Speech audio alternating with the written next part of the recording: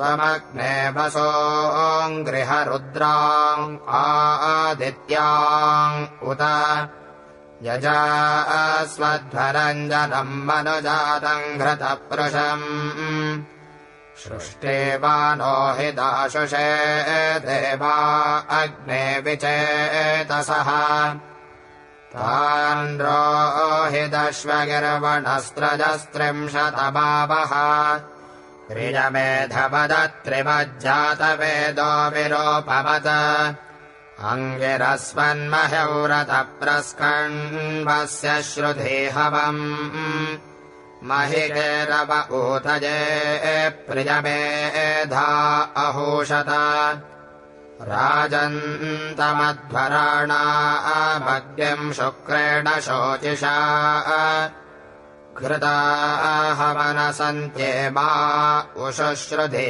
गिराः याभिः कण्वस्य सोनभो हवन्ते वसे त्वाञ्चित्रश्रवस्तमहवन्ते भिक्षुजन्तवाः शोचिष्के शम्बुरप्रियाग्ने हव्याजवोह्ळवे नित्वा होतारमृत्विजम् दधिरेव सुवित्तमम् श्रुत्कर्णम् सप्रथस्तमम् विप्रा अग्ने दिविष्टिषो आत्वा विप्रा अचुच्यवः सुतसो मा अभिप्रजाः बृहद्भा बिभ्रतो हविरग्ने मर्ता यदाशुषे प्रातर्जावणः सहस्कृतसोमपेजाजसन्त्या इहाद्यदैव्यञ्जनम् बर्हिरासादयावसो अर्वाञ्चम् दैव्यञ्जनमग्ने यक्ष्वसहोतिभिः अयम् सोमः सुदानवस्तम्भाततिरो अह्य। साधक अग्नि को प्रकाश, यज्ञ और देवताओं तक पहुंचाने वाली शक्ति के रूप में पुकारता है। The seeker calls Agni as the light of sacrifice and the power that connects with the divine. साधक चाहता है कि देव कृपा से उसका जीवन अधिक अर्थपूर्ण बने। The seeker wants life to become more meaningful through divine grace. यह मंत्र मन को प्रकाश और कर्म को शुभ दिशा देने की प्रार्थना है। The verse prays for light in the mind and an auspicious direction in action. साधक चाहता है कि भय, भ्रम और अंधकार दूर हो। The seeker wants fear, confusion, and darkness to be removed. दिव्य शक्ति जीवन में सुरक्षा, ऊर्जा और स्पष्टता लाए। May divine power bring safety, energy, and clarity into life. यहाँ प्रार्थना है कि मनुष्य का मार्ग सही और फलदायी बने। The prayer asks that the human path become right and fruitful. श्रद्धा से किया गया कर्म ऊंचे उद्देश्य से जुड़ता है। Action done with reverence becomes connected with a higher purpose. साधक अपने भीतर जागृति, संतुलन और आत्मबल चाहता है। The seeker asks for awakening, balance, and inner strength. यह वाणी जीवन को कल्याण, प्रकाश और संरक्षण से जोड़ती है। The verse connects life with well-being, light, and protection. प्रार्थना है कि कठिन समय में भी शुभ संकल्प बना रहे। The prayer asks that noble resolve remain even in difficult times.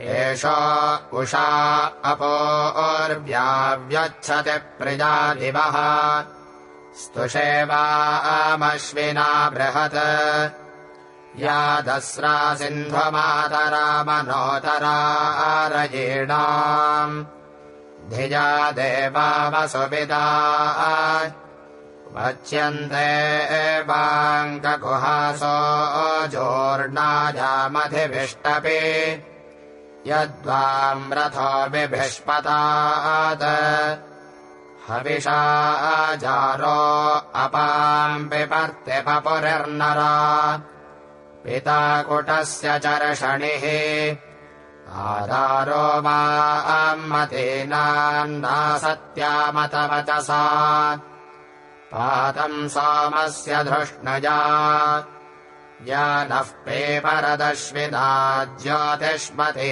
तमस्थिरः तामस्मे रासाथामिषम् आनो नावामतेनाय्यातम् पाराजगन्तवे युञ्जाथामश्विनारथम् अरित्रम् वान्दिवस्पृथुतीर्थे सिन्धो नाम्रथाः धिजा जज्र इन्दवः दिवस्कण्वास इन्दवो वसु सिन्धो नाम् पदे स्वम् वौरिम् कुहधित्सथः अभो दुभा ओ अंशवे हिरण्यम् रतिसूर्याः व्याख्यजिह्वयासितः अभो दुपारमेतवे पन्था ऋतस्य साधुजा अदर्शिभिः श्रुतिर्दिवः तत्तदिदश्विनो रवो जरिता प्रतिभूषति मदे सोमस्य पिप्रतोः वावसानाभिवस्मति सोमस्य पीत्या गिरा अनुष्वच्छम् भो आगतम् युवोरुषा अनुश्रियम् परिज्वनोरुपाचरत् ऋतावनथो अग्निभिः उभापिबतमश्विनो भानः शर्म यच्छतम् अविद्रिजाभिरोतिभिः इति तृतीयोऽध्यायः।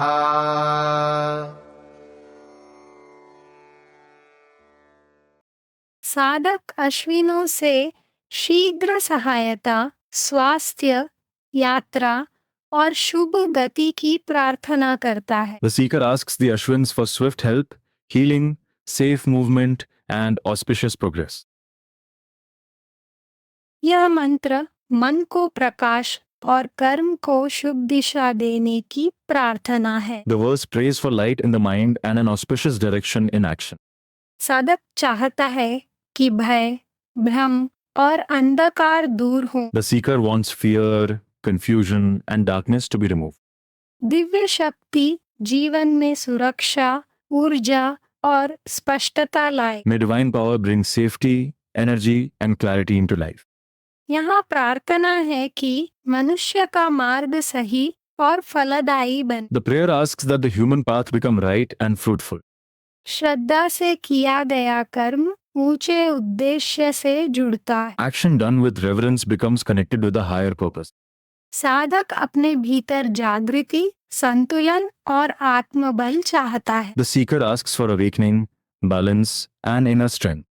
यह वाणी जीवन को कल्याण, प्रकाश और संरक्षण से जोड़ती है। The verse connects life with well-being, light, and protection. प्रार्थना है कि कठिन समय में भी शुभ संकल्प बना रहे। The prayer asks that noble resolve remain even in difficult times. दिव्य कृपा से वाणी, विचार और कर्म अधिक शुद्ध बने। Through divine grace, speech, thought, and action become pure. यह मंत्र जीवन में नई ऊर्जा और सही प्रेरणा जगाता है। The mantra awakens new energy and right inspiration in life. साधक चाहता है कि उसका प्रयास सुरक्षित और सफल हो। The seeker wants effort to become protected and successful. यहाँ शक्ति का उपयोग कल्याण और उन्नति के लिए मांगा गया है। Power is sought here for well-being and upliftment. मंत्र हमें धैर्य, विश्वास और सही दिशा में चलना सिखाता है। The verse teaches patience, trust, and movement in the right direction. Divya Prakash से भीतर की जड़ता हटती है और जीवन आगे बढ़ता है। Divine light removes inner stagnation and moves life forward.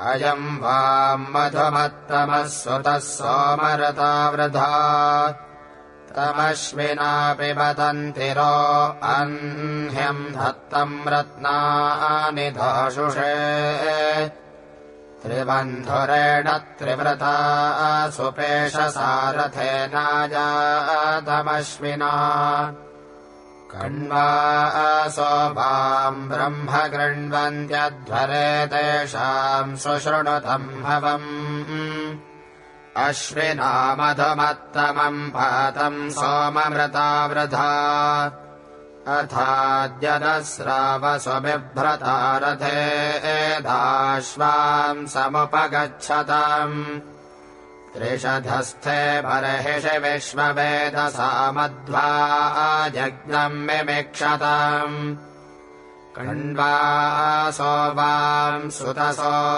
मा अभिद्यवो युवाम् हवन्ते अश्विना याभिः कण्वमभिष्टिभिः प्रावतयुवमश्विना ताभिश्वा अस्माम् अवतम् शुभस्पति पातम् सोममृता वृथा सुदासे एदस्रावसु बिभ्रता रथे वृक्षो वहतमश्विना रयम् समुद्रादुतवा दिवस्पर्यस्मे धत्तम् पुरुस्पृहम् यन्नासत्यापरावति यद्वास्थो अधितुर्वशे अतो रथेन सुवृता न आगतम् साकम् सूर्यस्य रश्मिभिः अर्वाञ्च वाम् सप्तजोध्वरश्रिजो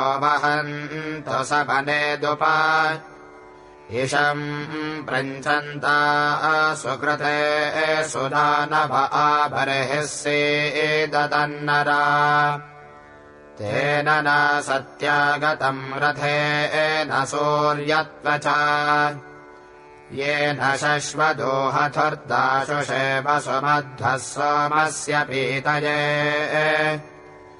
उक्थेभिरर्वागवसे पुरो वसो अर्कैश्च निह्वयामहे शश्वत्कण्वानाम् सदसि प्रियेहिकम् सोमम् पपथुरश्विना। साधक अश्विनों की मधुर कृपा से जीवन में ऊर्जा, संतुलन और सुरक्षा चाहता है। The seeker seeks energy, balance, and protection through the gentle grace of the Ashwins. साधक चाहता है कि भय, भ्रम और अंधकार दूर हो। The seeker wants fear, confusion, and darkness to be removed. दिव्य शक्ति जीवन में सुरक्षा, ऊर्जा और स्पष्टता लाए। The divine power brings safety, energy, and clarity into life. यहाँ प्रार्थना है कि मनुष्य का मार्ग सही और फलदायी बने। The prayer asks that the human path become right and fruitful. श्रद्धा से किया गया कर्म ऊंचे उद्देश्य से जुड़ता है। Action done with reverence becomes connected with a higher purpose. साधक अपने भीतर जागृति, संतुलन और आत्मबल चाहता है। The seeker asks for awakening, balance, and inner strength.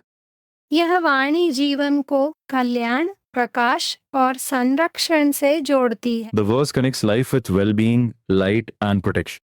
प्रार्थना है कि कठिन समय में भी शुभ संकल्प बना रहे। The prayer asks that noble resolve remain even in difficult times.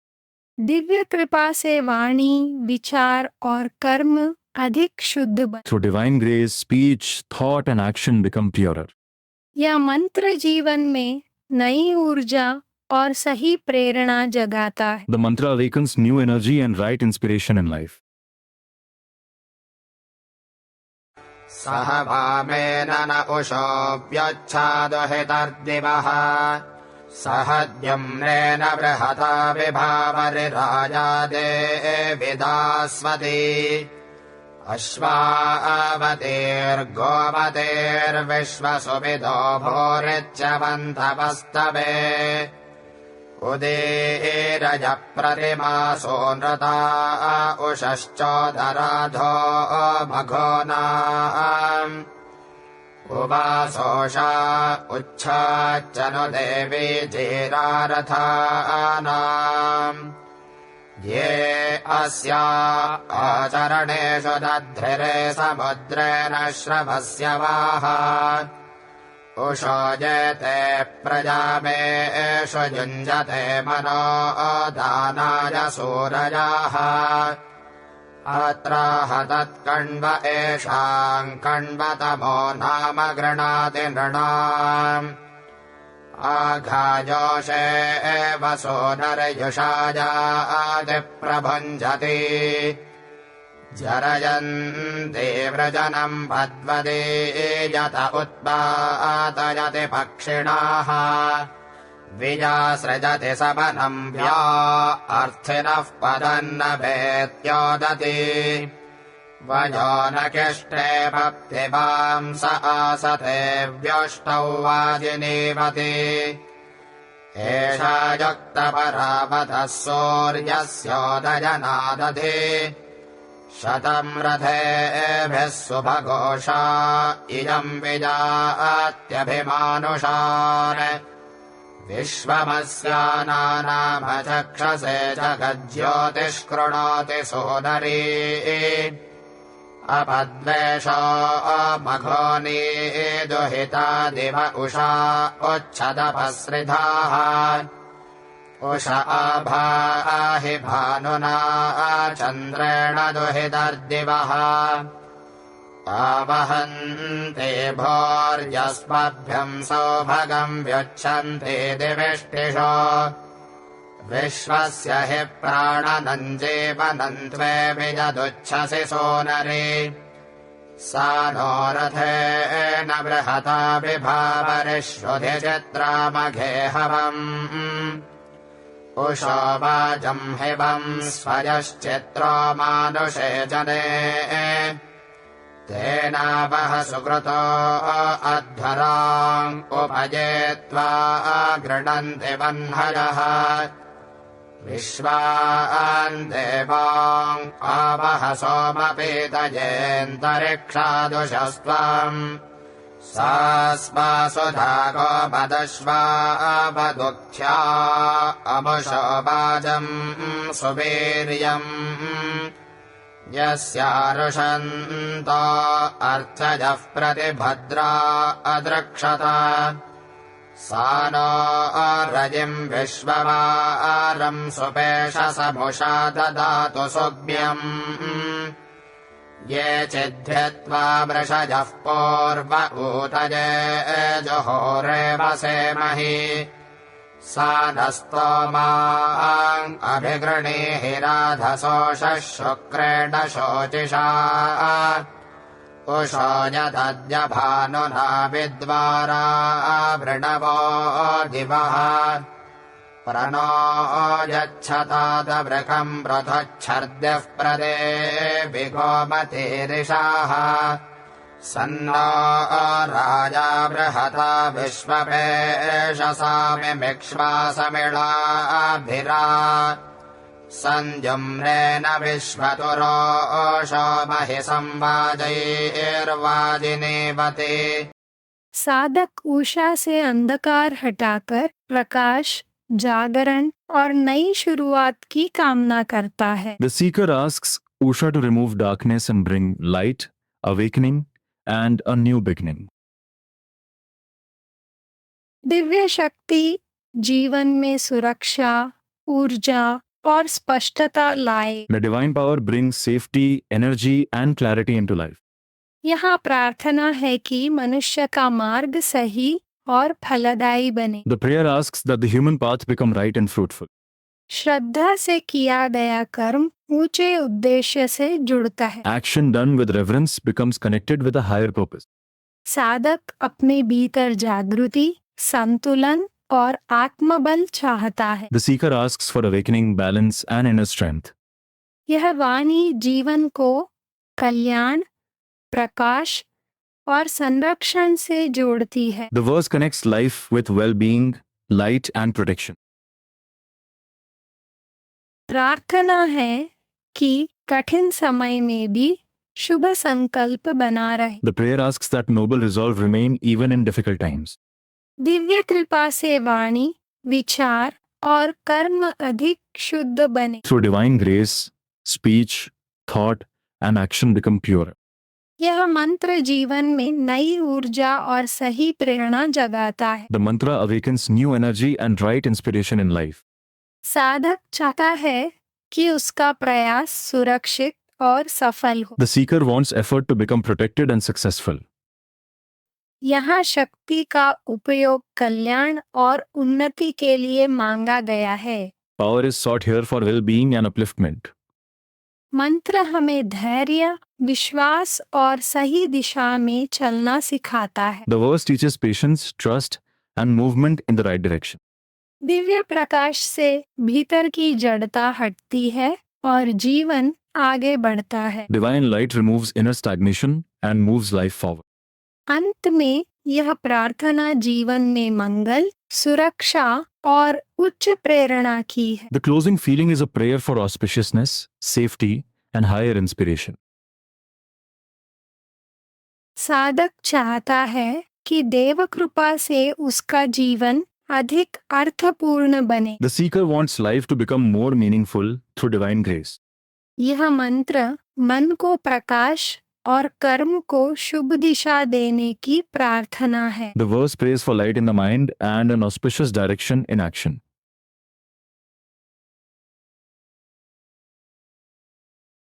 उषा भद्रेभिरागहि दिवश्चिद्रोचनादधि वहन्त्वरुणप्सभ उपत्वा सोमिनो गृहम् स्वपेशसं सुखं रथय्यमध्यस्था उषस्त्वम् तेनाशुश्रवसञ्जनम् रावाद्यदुहितर्दिवः वजश्चित्ते पतत्रिणो द्विपश्चतुष्पदर्जुने उषः प्रारन् ऋतोऽङ्ग्रनुदिवो अन्तेभ्यस्परि व्युच्छन्ते हि रश्मिभिर्विश्वमाभासि रोचनम् तान् त्वामुशर्वसूयवो गीर्भिः कण्वा अहोषत। साधक उषा के प्रकाश से जीवन में स्पष्टता, आशा और विस्तार का स्वागत करता है। The seeker welcomes clarity, hope, and expansion through the light of Usha. यह प्रार्थना है कि मनुष्य का मार्ग सही और फलदायी बने। The prayer asks that the human path become right and fruitful.